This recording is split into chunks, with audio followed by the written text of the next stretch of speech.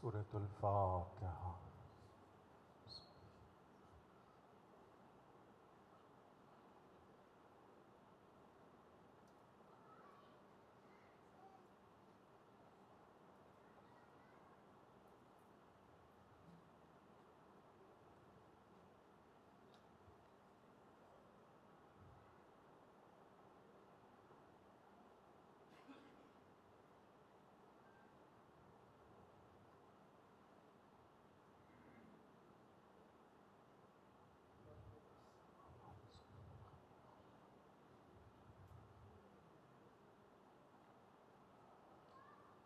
أعوذ بالله السميع العليم من الشيطان الرجيم. بسم الله الرحمن الرحيم. الحمد لله رب العالمين، والصلاة والسلام على حبيب إله العالمين، أبي الزهراء وأبي القاسم محمد،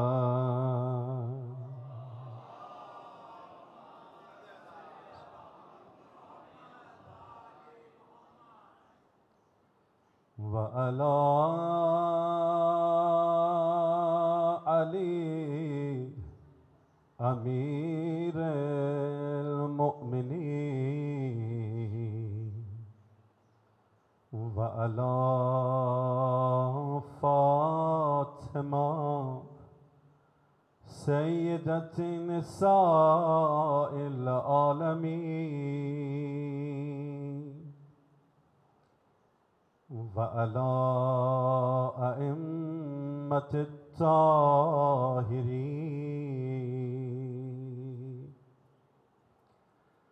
ولعنة الله على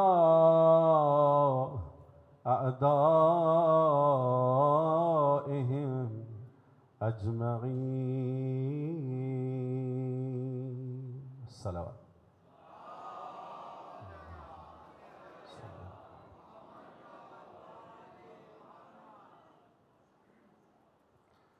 ہم معمولاً خطبے سے پہلے یا خطبے کے بعد مولا امام زمانہ علیہ السلام کی دعا کی تلاوت کرتے ہیں، لیکن آج میں یہ چاہتا ہوں کہ منظوم صورت میں، اشعار کی صورت میں مولا کی خدمت میں ہم سب استغاثہ پیش کریں. صلوات میں محمد وعلی.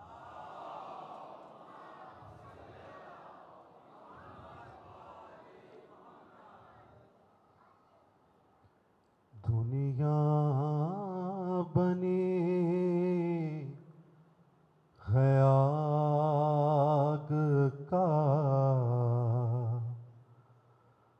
دریا تیرے بغیر. دنیا بنی ہے آگ کا، دریا تیرے بغیر. جینا ہے جس میں جی کے بھی، جینا ہے جس میں جی کے بھی، مرنا تیرے بغیر. دنیا بنی غیاگ کا دریا تیرے بغیر، جس کا ہر ایک نبی نے کیا احترام خاص۔ مولا کی فضیلت بھی سن لیجیے۔ جس کا ہر ایک نبی نے کیا احترام خاص، پتھر کا ایک مکان ہے کعبہ تیرے بغیر، دنیا بنی غیاگ کا دریا تیرے بغیر، کس آئینے میں دیکھوں میں آیات کا جمال، کس آئینے میں دیکھوں میں آیات کا جمال، قرآن لگ رہا ہے ادھورا تیرے بغیر،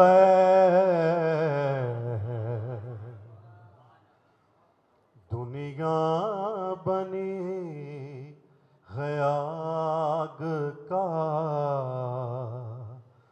دریا تیرے بغیر۔ اور یہ شعر بطور خاص پیش کر رہا ہوں، اور ہم سب کوشش کریں کہ انشاءاللہ عملی طور پر اس شعر کو، اس مفہوم کو اپنی زندگی میں لے کر آئیں۔ ملتا ہر ایک سے ہوں مگر دل ہے تیرے ساتھ، ملتا ہر ایک سے ہوں مگر دل ہے تیرے ساتھ، ہوتا ہوں میں ہجوم میں تنہا تیرے بغیر، دنیا بنی غیاگ کا دریا تیرے بغیر۔ جس طرح ہم سب مل کر دعا پڑھتے ہیں، کوشش کریں یہ مصرعات میرے ساتھ پڑھیں، لیکن آپ کے دل کی آواز آپ کی زبان پر آئے اور مولا سے ہم کلام ہوں۔ دنیا بنی غیاگ کا دریا تیرے بغیر، ایک مرتبہ اور، دنیا بنی غیاگ کا، سبحان، بچپن سے کر رہا ہوں میں گریا حسین پر، بچپن سے کر رہا ہوں میں ماتم حسین کا، اٹھے گا کیسے میرا جنازہ تیرے بغیر، سب مل گئے بھائی۔ دنیا بنی غیاگ کا دریا تیرے بغیر، دنیا بنی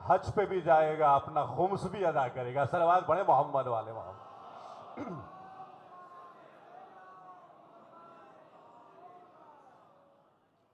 اور عزیزان محترم، اگر ہم سن 60 ہجری کی بات کریں، یہی ولایت ایک دن میں ظاہر ہوئی تو اس دن کو عاشورہ کا نام دیا گیا.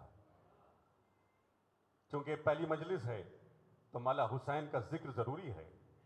اور یہی ولایت ایک بیاباں میں ظاہر ہوئی تو اس بیاباں کا نام کربلا ہو گیا. اور یہی ولایت پھر ایک ذات میں ظاہر ہوئی تو اس ذات کا نام حسین ابن علی کہلایا.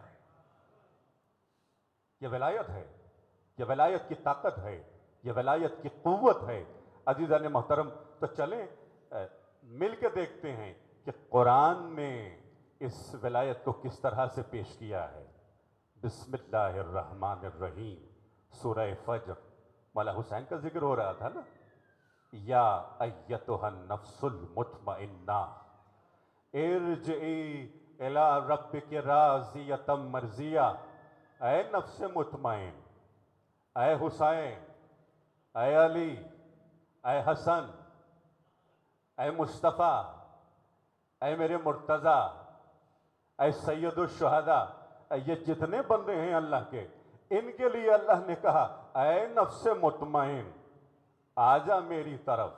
ارجعی الی ربک راضیۃ مرضیہ. اور کس کیفیت میں میری طرف آؤ؟ اس کیفیت میں کہ میں تجھ سے راضی ہوں، تو مجھ سے راضی ہے. تو مجھ سے راضی ہے اور میں تجھ سے راضی ہوں. عزیزان محترم، بہت ہی عجیب مقام ہے، یہ بہت ہی بلند مقام ہے. کوئی اللہ سے راضی ہو اور اللہ اس سے راضی ہو. اللہ کی رضا، اس کی رضا، اس کی رضا، اللہ کی رضا. یعنی اگر یہ دیکھنا چاہیں کہ اللہ مجھ سے راضی ہے یا نہیں ہے تو قرآن کہہ رہا ہے دیکھو کہ علی تم سے راضی ہے یا نہیں ہے. یہ دیکھو حسین تم سے راضی ہے یا نہیں ہے. راضیتاً مرضیہ کی منزل یہ ہے. یہ دیکھو علی تم سے راضی ہے یا نہیں ہے. یہ منزل عجیب منزل ہے کہ اگر کسی کی رضا اللہ کی رضا ہو جائے، اللہ کی رضا اس کی رضا ہو جائے تو یہ مقام کیا ہے؟ یہ وہی مقام ہے جہاں بستر رسول پر علی سوئے ہوئے ہیں، آیت نازل ہو رہی ہے وَمِنَ النَّاسِ مَن يَشْرِي نَفْسَهُ ابْتِغَاءَ مَرْضَاتِ اللَّهِ. اور علی وہ ہے جو اپنا نفس بیچ کر اللہ کی رضا خریدتا ہے. صلوات پڑھیں محمد والے محمد پر.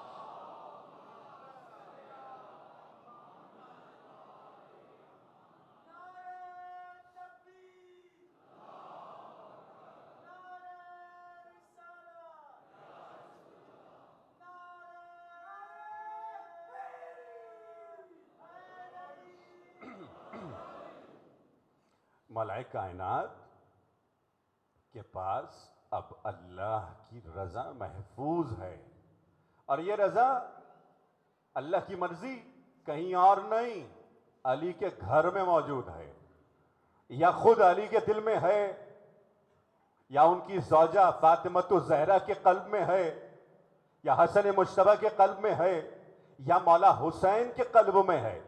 ان دو آیتوں کو ملا کر کے دیکھیے تو وراثت اگر رسالت سے مل رہی ہے تو کسی اور منصب کو نہیں، امامت کو مل رہی ہے، عصمت کو مل رہی ہے. یہ رضا کا مقام ہے. اچھا، میں متصل ہو جاؤں اپنے موضوع سے. میں یہ لفظ گزارش کرنے جا رہا ہوں اور آپ کوشش کریں، خصوصاً نوجوانوں کی بات کر رہا ہوں میں، جتنے بزرگ تشریف فرما ہیں الحمدللہ ان کی معرفت مجھ سے بھی زیادہ ہے. دیکھیے رضا کی منزل، جو ولی چاہے وہ اللہ چاہے، جو ولی چاہے وہ اللہ چاہے، جو صاحب ولایت چاہے وہ اللہ چاہے. اسی لیے ہم کیا کہتے ہیں جب رزق کی بات ہو تو ہم دعا کر کے کہتے ہیں انشاءاللہ، اگر اللہ چاہے تو رزق دے. روزی کی بات ہو، اولاد کی بات ہو، کوئی مسئلہ ہو جائے، کوئی حاجت پیش ہو، تو ہم یہی کہتے ہیں انشاءاللہ اگر وہ چاہے تو مجھے رزق دے، اگر اس کی مشیت ہو تو مجھے اولاد دے، اگر اس کی مشیت میں ہو تو مجھے رزق دے، اگر اس کی مشیت میں ہو تو مجھے اولاد دے۔ غرض یہ کہ جو بھی ہمیں چاہیے ہو تو ہم انشاءاللہ کہہ دیتے ہیں۔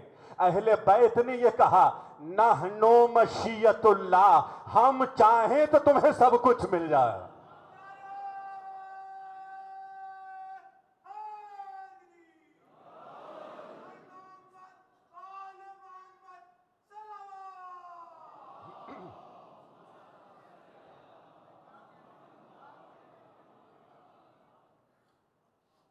ان شئنا شاء اللہ، اگر ہم چاہیں تو وہ چاہے۔ ہماری مشیت اس کی مشیت ہے، ہماری مرضی اس کی مرضی ہے، ہماری رضا اس کی رضا ہے۔ یہ مقام وہ ہے کہ جہاں ایک مرضی دوسری مرضی سے مل جائے تو اسی مقام ہی کو تو ولایت کہتے ہیں۔ صلوات پڑھیے محمد والے محمد پر۔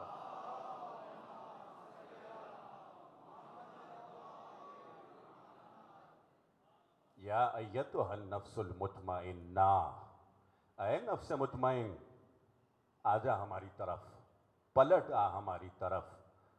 تو مطمئن ہے، تو اطمینان رکھتا ہے، اس لیے تو مجھ سے راضی ہے، میں تجھ سے راضی ہوں۔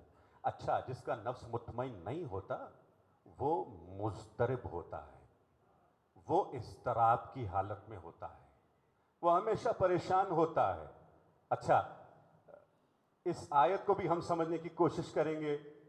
وہ کبھی خوف کی حالت میں ہوتا ہے، جو مضطرب ہوتا ہے نا، وہ کبھی خوف کی حالت میں ہوتا ہے، وہ کبھی غم کی حالت میں ہوتا ہے، کبھی حزن کی حالت میں ہوتا ہے، ہمیشہ پریشان ہوتا ہے، اس لیے کہ مضطرب ہے۔ کچھ چھن گیا تو پریشان ہو گیا، کسی کا انتقال ہو گیا تو غمزدہ ہو گیا، کچھ چھن گیا تو غمزدہ ہو گیا۔ دیکھیے، غم کا تعلق ماضی سے ہے، ماضی میں کوئی حادثہ ہوا تو جناب غمزدہ ہو گئے۔ خوف کا تعلق مستقبل سے ہے، ہمیشہ یہ انسان خائف رہتا ہے میرا موبائل نہ چھن جائے، میری اولاد کا انتقال نہ ہو جائے، میری فلاں چیز نہ چھن جائے، تو خوف کا تعلق مستقبل سے ہے، غم کا تعلق ماضی سے ہے۔ اب دیکھیے، یا ایتھا النفس المطمئنہ اپنے ذہن میں محفوظ کر لیں۔ پھر قرآن نے آواز دی، الا ان اولیاء اللہ لا خوف علیہم ولا ہم یحزنون۔ جو اللہ کا ولی ہوتا ہے اس کے دل میں نہ خوف ہوتا ہے نہ غم ہوتا ہے، اس کے دل میں اضطراب نہیں ہوتا، اس کے دل میں پریشانی نہیں ہوتی، اس لیے کہ جو کائنات کا مالک ہوتا ہے وہ پریشان کیوں ہو؟ صلوات پڑھیے محمد والے محمد پر۔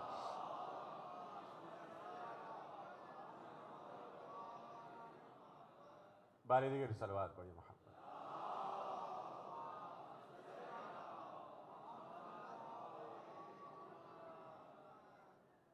یعنی محترم، یہ منزل ولایت کی منزل ہے۔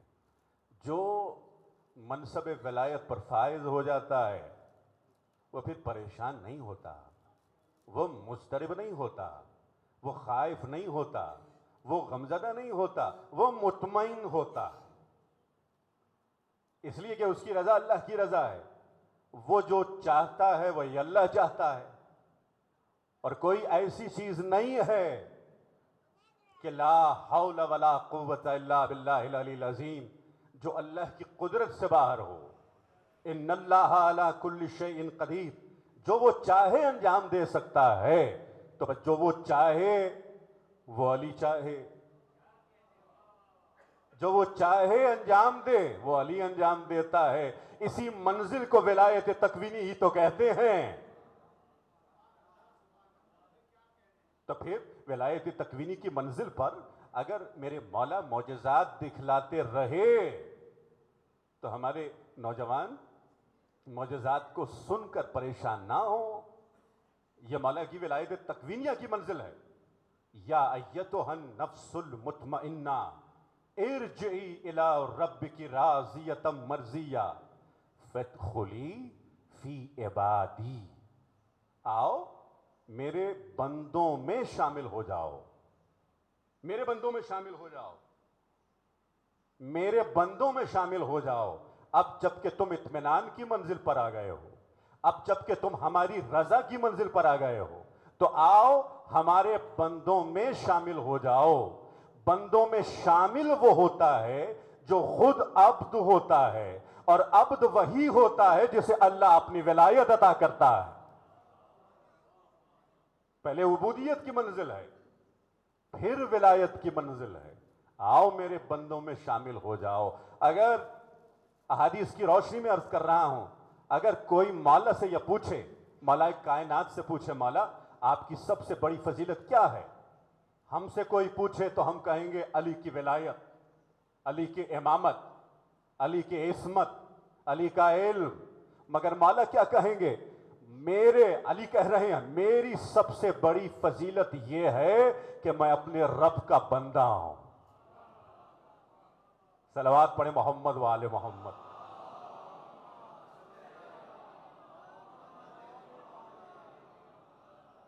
میں بندہ ہوں تو مجھے ولایت عطا ہوئی ہے.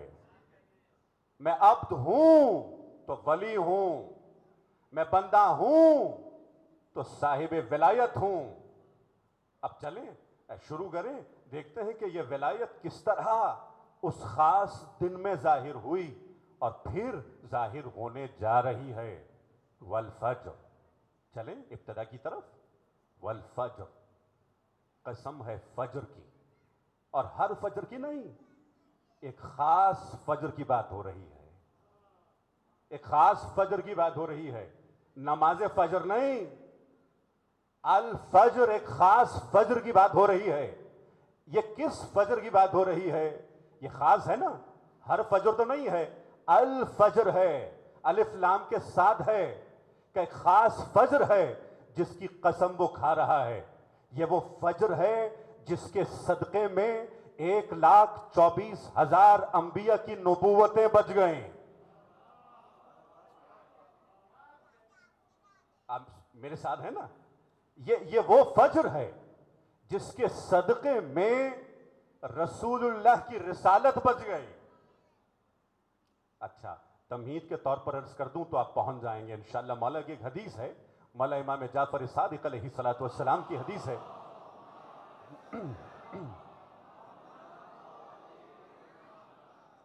مولا فرماتے ہیں کہ اپنی واجب اور مستحب نمازوں میں سورہ فجر کی تلاوت کیا کرو. کیوں مولا؟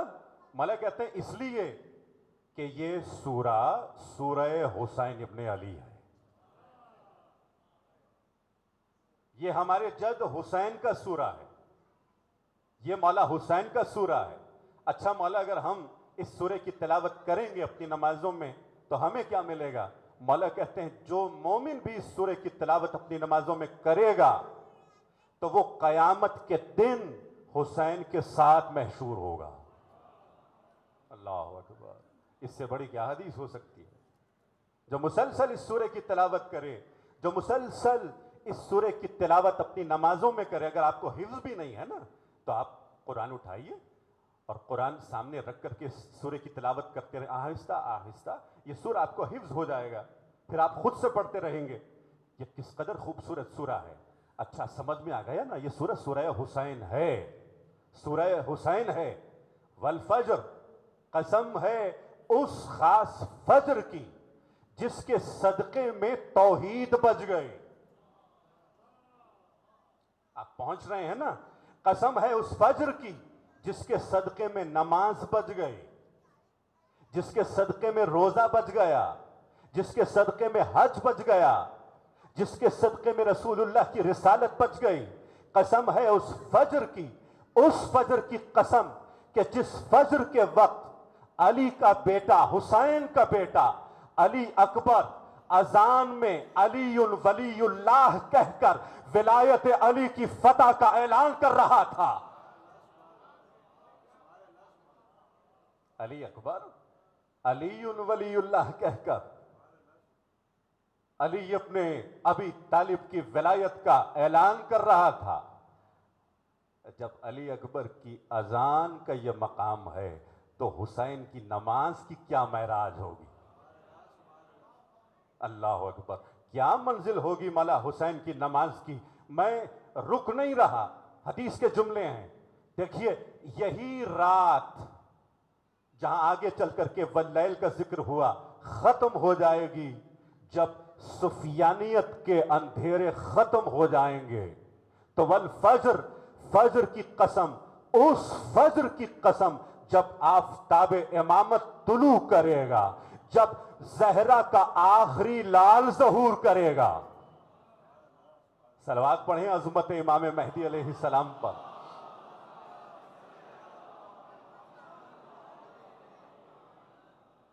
اللہ اکبر. کیا مقام ہے مولا کا. والفجر، احادیث میں یہ ذکر ہے کہ یہ جو قسم ہے نا یہ فجر ظہور کی ہے. اس فجر کی قسم، چاہے یہ فجر ہو یا سورہ عصر میں والعصر ہو. والعصر ان الانسان لفی خسر. قسم ہے اس خاص زمانے کی جس میں مہدی کا ظہور ہوگا، جس میں مولا کا ظہور ہوگا. قسم ہے اس فجر کی جس میں مولا کا ظہور ہوگا. مولا امام زمانہ ظاہر ہوں گے. کس مولا کی بات ہو رہی ہے؟ میں بہت ہی احترام اور ادب کے ساتھ کوشش یہ کروں گا کہ ہر مجلس میں کم از کم 5 سوالات کے جواب دوں. جو سوالات ہوتے ہیں نا ہم سے، شیعوں سے ہوتے ہیں، ہمارے بچوں سے ہوتے ہیں، چاہے اسکول میں ہوں، چاہے کالجز میں ہوں، چاہے یونیورسٹیز میں ہوں، چاہے سوشل میڈیا پر ہو، چاہے ٹیلی ویژن کے پلیٹ فارم پر ہو. یہ سوالات ہوتے رہتے ہیں نا. تو ایک ہمارے اہل سنت کے عالم دین ہیں، شاید جہلم کے ہیں، آپ جانتے ہوں گے. انہوں نے یہ کہا کہ آپ اس امام کی بات کرتے ہیں جسے آپ دیکھ بھی نہیں سکتے. آپ اس امام کی بات کرتے ہیں جو پردہ غیبت میں ہے. آپ اس امام سے کیسے ہدایت لے سکتے ہیں؟ کیسے ہدایت لے سکتے ہیں جس کا عطا پتہ آپ کے پاس نہیں ہے، جس کا نہ کوئی نمبر آپ کے پاس ہے؟ آپ اس امام کے پاس جا بھی نہیں سکتے. تو یہ سوالات ہوتے رہتے ہیں، اس نوعیت کے سوالات ہوتے رہتے ہیں. آپ جواب سننے کے لیے تیار ہیں؟ صلوات پڑھیے محمد والے محمد پر.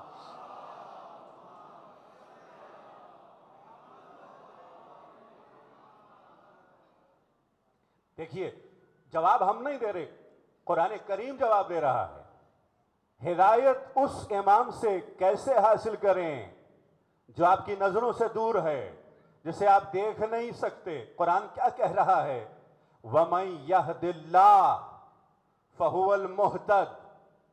جسے اللہ ہدایت دیتا ہے وہی تو ہدایت یافتہ ہوتا ہے. جسے اللہ ہدایت دیتا ہے وہی تو ہدایت یافتہ ہوتا ہے، وہی ہدایت یافتہ ہوتا ہے. میں ان صاحب سے یہ پوچھوں، بسد ادب پوچھوں کہ آپ نے کبھی اللہ کو دیکھا؟ کیا کبھی آپ اللہ کے یہاں گئے؟ آپ کو اللہ کا عطا پتہ معلوم ہے؟ آپ کے پاس اللہ کا نمبر موجود ہے کہ نہیں؟ ایسا کچھ نہیں ہے. تو وہ پردہ غیب میں رہ کر ہم سب کی ہدایت کر رہا ہے. اس کی حجت کا مقام بھی یہی ہے کہ وہ پردہ غیب میں رہ کر ہدایت کرتے ہیں.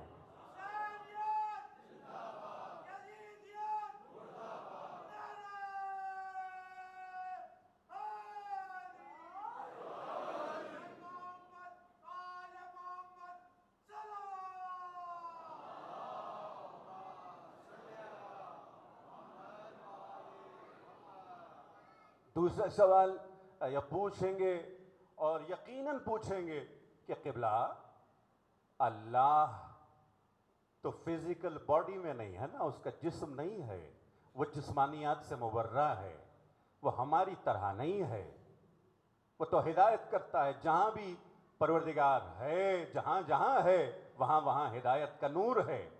اگر یہ دلیل ان کے لیے قابل قبول نہیں ہے، اللہ تو جسمانیات سے دور ہے، اس لیے وہ دکھائی نہیں دیتا، وہ کسی جسم میں نہیں ہے، تو قرآن نے پھر آواز دی، اِنَّا اول بیت وضع للناس ببکۃ المبارکہ وہدی للعالمین۔ قرآن کیا کہہ رہا ہے؟ بہت خوبصورت آیت ہے کہ یہ کعبہ ہے مکہ میں، مگر تمام عالمین کے لیے ہدایت ہے۔ اللہ اکبر۔ کعبے کو تو سب دیکھتے ہیں نا، دیکھ تو سکتے ہیں، کعبے کا جسم ہے، کعبہ میٹیریل ہے، اس دنیا کی بات ہو رہی ہے، مکے میں موجود ہے، مکے میں موجود ہے یہ کعبہ، مگر ہدن للعالمین، یہ عالمین کے لیے ہدایت ہے، یہ ہادی ہے عالمین کے لیے۔ یہ کعبہ مکے میں ہے، مگر انجینئر صاحب اپنے چہلم میں رہ کر ہدایت لے رہے ہیں،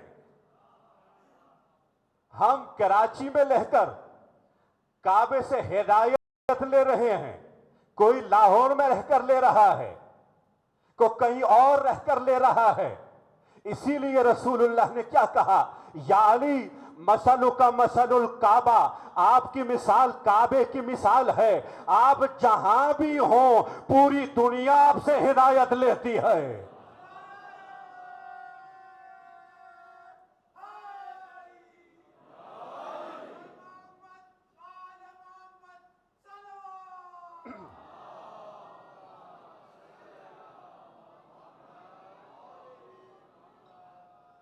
اچھا پھر سوال کریں گے، اس لیے کہ مجھے یقین ہے کہ وہ یہ کہیں گے کہ دیکھیں کعبہ نبی تو نہیں ہے نا، کعبہ انسانی پیکر پہ تو نہیں ہے نا، کعبہ نہ نبی ہے نہ رسول ہے۔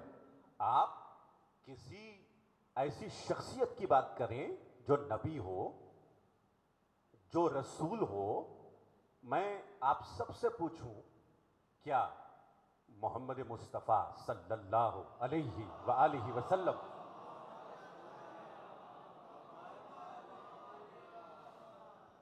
ہادی ہیں یا نہیں ہیں؟ سارے مسلمانوں کا عقیدہ ہے، یہ ایمان ہے کہ رسول خدا ہادی ہیں، تمام عالمین کے لیے ہادی ہیں، یہ ہم سب کا عقیدہ ہے۔ اس میں تو اجماع بھی ہے، ان کی طرف سے کہہ رہا ہوں، اس میں کوئی شک نہیں ہے، ذرہ برابر شک نہیں ہے۔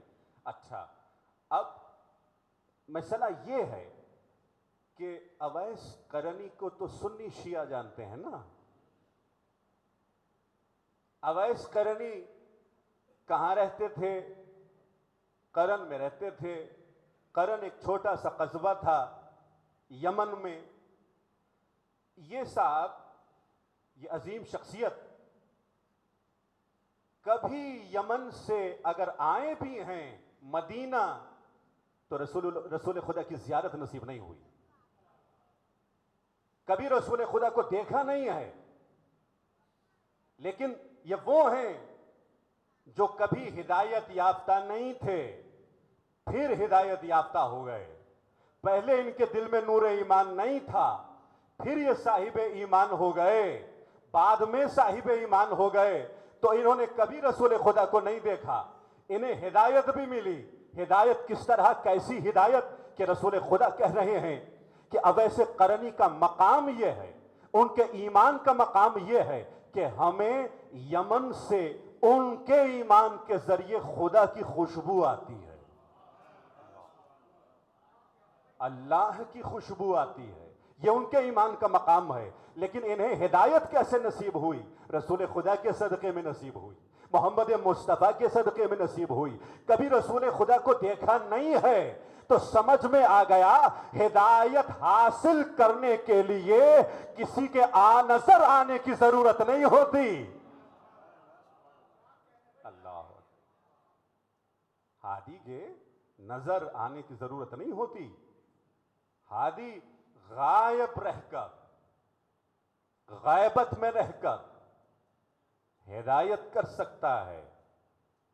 یہ اویس قرنی کا مقام ہے کہ رسول اللہ سے دور رہ کر اویس قرنی بن رہے ہیں. اور لوگ ایسے بھی ہیں جو پوری عمر قریب رہ کر بھی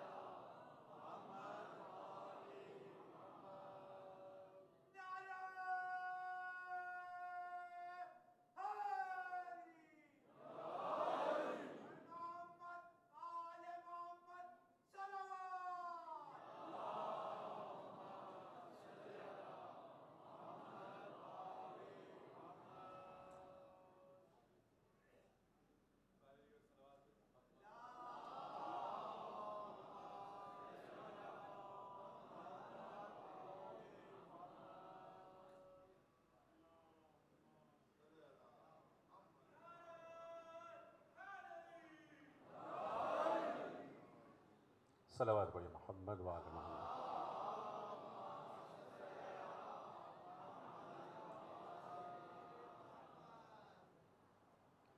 والفجر ولیال عشر، اور قسم ہے 10 راتوں کی. قسم ہے 10 راتوں کی. لیالی کہتے ہیں لیل سے راتوں کو، اور عشر کہتے ہیں 10 کو. 10 راتوں کی قسم. میں مختصر کر رہا ہوں، میرے پاس وقت زیادہ نہیں ہے. مفسرین یہ کہتے ہیں کہ ماہ ذی الحج کے جو شروع کے 10 دن ہیں، بلکہ 10 راتیں ہیں، ان کی قسم کھائی جا رہی ہے. وَلَيَالٍ عَشْرٍ، میں نے مختصر کیا، آپ سب میرے ساتھ ہیں. وَلَيَالٍ عَشْرٍ، قسم ہے ان 10 راتوں کی. یہ ظاہری تفسیر کی بات ہو رہی ہے. اب چلیں باطنی تفسیر کی طرف. یہ سورہ مولا حسین ہے نا، تو جس طرح ماہ ذی الحجہ کا تعلق اب کس سے ہے؟ حضرت ابراہیم سے ہے، حضرت اسماعیل سے ہے. حج کا تعلق ان سے ہے نا. جب ان کو اپنی نبوتوں کے لیے حسین کی کربلا کی ضرورت ہے،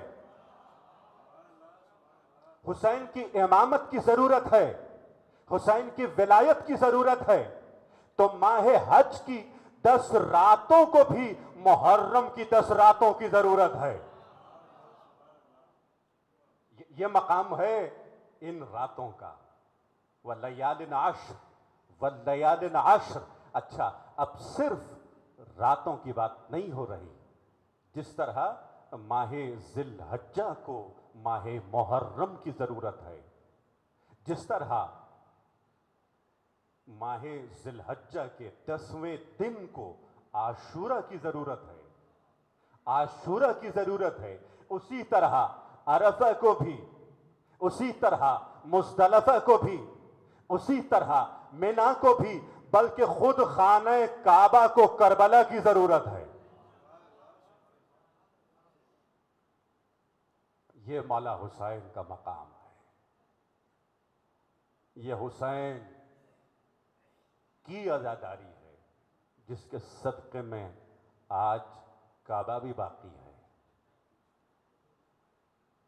حج بھی باقی ہے, نماز بھی قائم ہے, غرض یہ کہ پورا دین قائم ہے. لیکن پروردگار اسی مہینے میں آواز دے رہا تھا, یا ایتھا النفس المطمئنہ, اے میرے حسین, بس اب ہماری طرف آ جاؤ, ہمیں تمہارا انتظار ہے. فادخلی فی عبادی, میرے بندے بھی تمہارا انتظار کر رہے ہیں. اے حسین, تیرا نانا بھی تیرا انتظار کر رہا ہے, تیرا بابا علی بھی تیرا انتظار کر رہا ہے, تیری اماں زہرا, تیری دکھیاری ماں بھی تیرا انتظار کر رہی ہے.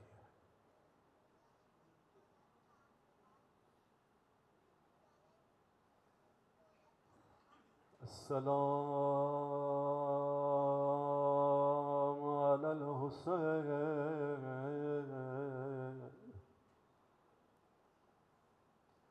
وعلی علی ابن الحسین وعلی اولاد الحسین.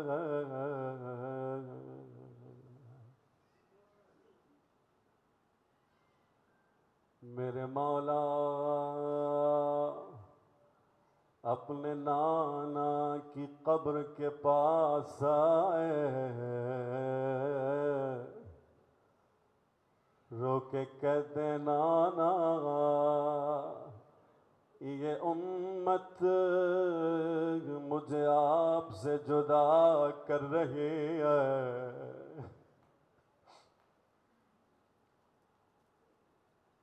روایت کے جملے اتنا روئے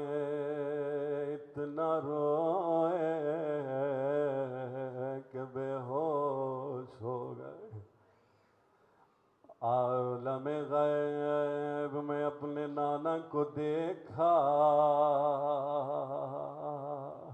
لاکھوں کروڑوں فرشتے ہیں, سب رو رہے ہیں. رسول اللہ قریب آئے, اے میرے لال غم نہ کر. کتنا پیار تھا رسول اللہ کو اپنے نواسے سے. آپ نے تو سن رکھا, جب بھی حسین آئے کبھی رسول اللہ نے گلے کا بوسہ لیا, کبھی پیشانی کا, اور کبھی سینے کا بوسہ لیا.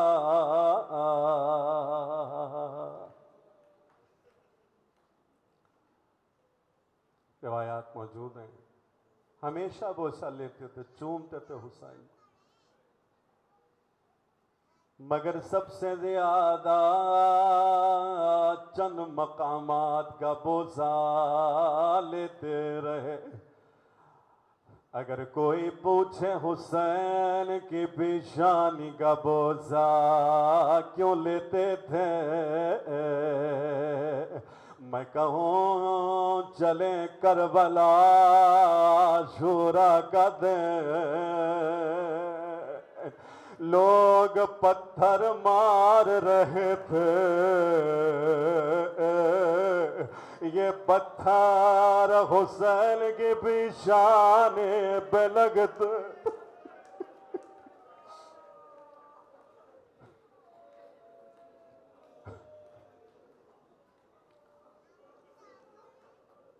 شاید کوئی بچہ مجھ سے پوچھے رسول اللہ حسین کہ ہونٹوں کا بوسہ کیوں لیتے تھے، تو میں عرض کروں یہ ہونٹ پیاس کی شدت سے سوکھ چکے تھے۔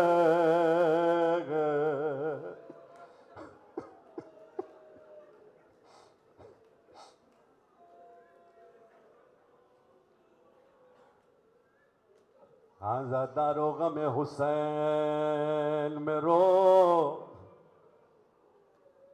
شرماؤ نہیں سب اپنے ہیں، کوئی آپ کو تماچا نہیں مارے گا، اور کوئی آپ کو تازیانہ سے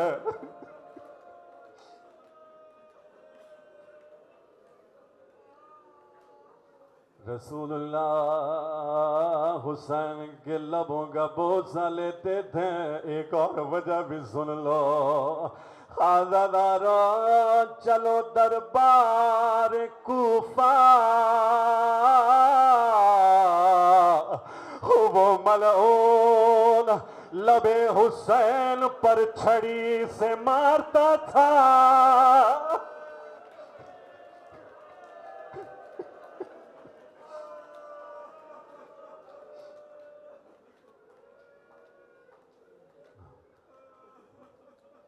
یا صاحب الزمان حازم اللہ اجورکم، آ گئے مولا امام زمانہ رسول اللہ حسین کے گلے کبھی بوسہ لیتے تھے۔ مجھے پڑھنے کی ضرورت نہیں ہے، اور شہزادی زینب کہیں گے میں 70 قدم کے فاصلے سے دیکھ رہی تھی، ظالم کے ہاتھ میں کند خنجر تھا۔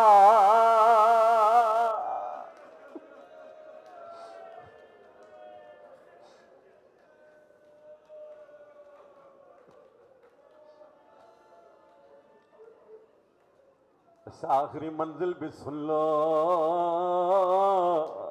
رسول اللہ حسین کے سینے کا بھی بوسہ لیتے تھے۔ سینے کا بوسہ کیوں لیتے تھے؟ ارے یہی ظالم جب خنجر لے کے آیا، اپنا گھٹنا حسین کے سینے پر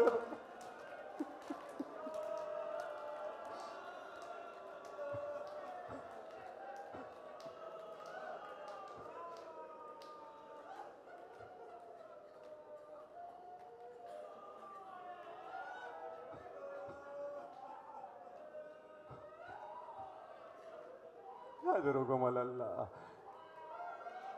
ایک وجہ اور بھی ہے، سن لو،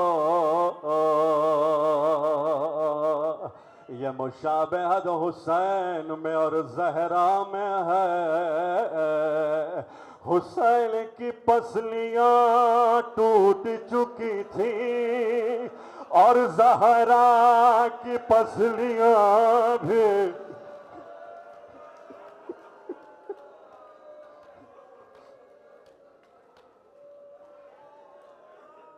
مگر بڑا فرق ہے۔ آپ کہیں گے زہرا کی پسلیاں کیسے ٹوٹیں؟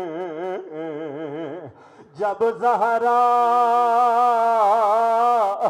در اور دیوار کے درمیان تھی،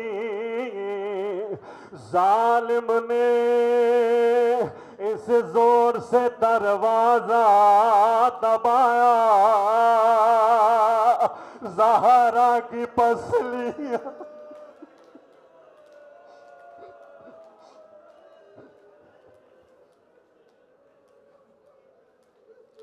زہرا کی پسلیاں ٹوٹ گئیں، اور حسین کی پسلیاں کب ٹوٹی؟ 11 محرم گھوڑا سوار تیار ہوئے، گھوڑوں کی ٹانپیں پڑتی تھیں، حسین کی پسلیاں ٹوٹ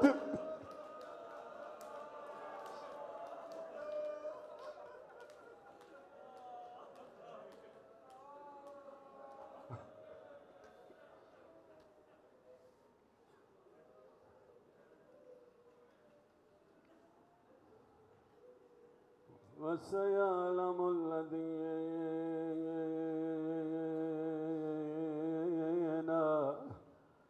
ظَلَمُوا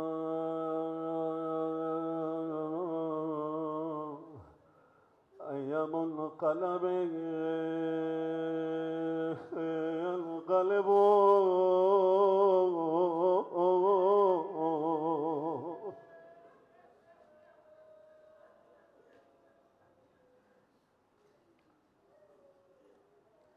قافلہ تیار تھا،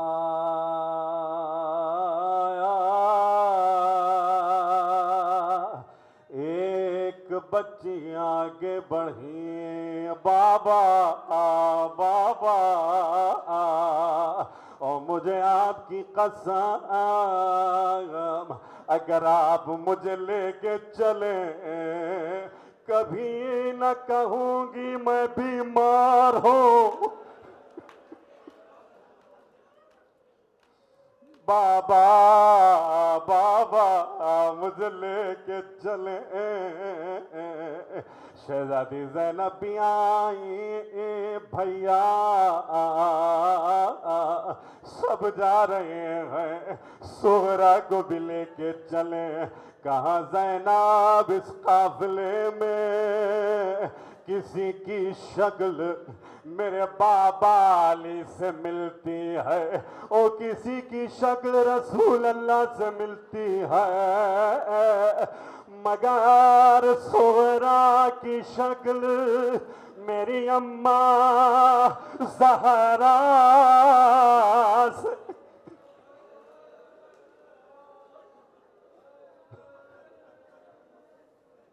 عاشورہ کے بعد چاہے کوفہ ہو اور چاہے شام، رسول اللہ کی بچیاں بے پردہ ہوں گی۔ میں یہ نہیں چاہتا میری اماں کی شکل بازاروں میں بے پردہ۔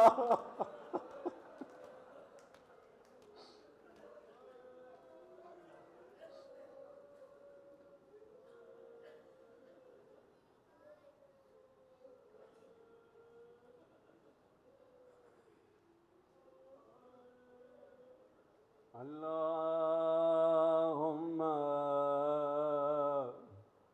اجل ولیک الفرج والعافیت والناس واجعلنا من اعوانہ وانصارہ۔ ماتم حسین۔